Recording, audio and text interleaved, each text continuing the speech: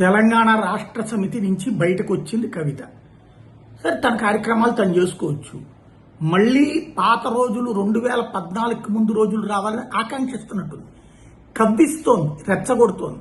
ఇప్పుడు తాజాగా కొంతమంది తెలంగాణ నాయకులు చేసిన స్టేట్మెంట్లు ఏంటంటే, ముందు మీ రాజధాని సంగతి ఏందో మీరు చూసుకోండి, 12 ఏళ్లైనా రాజధాని కట్టుకోలేనటువంటి వాళ్ళు.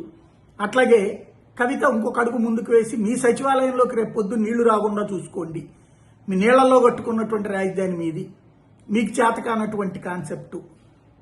అలాగే నేను వస్తే కనుక అధికారంలోకి ఆంధ్ర వాళ్ళ నాయకుల విగ్రహాలు పగలకొట్టి తెలంగాణ నుంచి ఆంధ్రాకి పంపిస్తాను, ఇలాంటి కవ్వింపు మాటలు. తెలంగాణ ఉద్యమం నాడు అక్కడ వాళ్ళకి ఉద్యోగాలు, ప్రభుత్వ ఉద్యోగాలు ఆంధ్ర వాళ్ళు ఎక్కువ పొందుతున్నారన్న కసి ఉంది. ఇప్పుడు అది ఉందే? అంతా తెలంగాణ వాళ్ళే కదా ఉద్యోగాలు పొందుతోంది. విద్యకి సంబంధించి అక్కడ నష్టం జరుగుతోందన్న కసి ఉంది. ప్రభుత్వ పాఠశాలలు, ప్రభుత్వ కళాశాలలు, ప్రభుత్వ విద్యా సంస్థలు. ఇప్పుడు అదేం లేదు కదా, తెలంగాణ వాళ్ళే తీసుకుంటున్నారు కదా. ఆంధ్రాకి కనీసం జాతీయ స్థాయి వాటాలు, జాతీయ స్థాయిలో అన్ని రాష్ట్రాలు ఎట్లాంటిదో అదే స్థాయి తప్పించి అడిషనల్గా లేదు కదా. నీళ్లు అక్కడ మీరు తీసుకున్నాకనే కదా ఆంధ్రాకి మిగిలినవే వదులుతున్నారు కదా. ఎత్తిపోతల పథకాల ద్వారా కేసీఆర్ తీసుకెళ్లారు కదా, అయినా ఆంధ్రాలో ఏ మాట మాట్లాడలేదు కదా. ఎందుకు కావాలని ఈ రెచ్చగొట్టడం?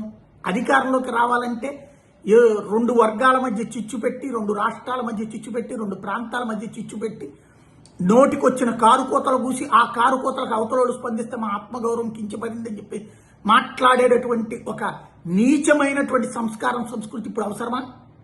గతంలో ఉందంటే పోనీ అప్పుడు కలిసి ఉన్నాం కాబట్టి ఆ సందర్భంలో మీరు ఏం మాట్లాడినా ఒక అర్థం ఉంది.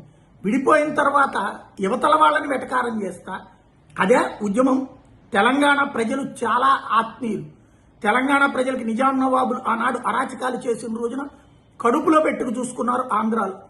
మా నందిగామ, జగ్గయ్యపేట ఆ ప్రాంతాల్లో అక్కడి నుంచి వచ్చి ఇక్కడ సెటిల్ అయినటువంటి బోల్డ్ అంతమంది కనబడతారు. మా బెజవాడ, గుంటూరు దగ్గర కూడా కనబడతారు. అయినా సరే ఎప్పుడు కూడా లేదే.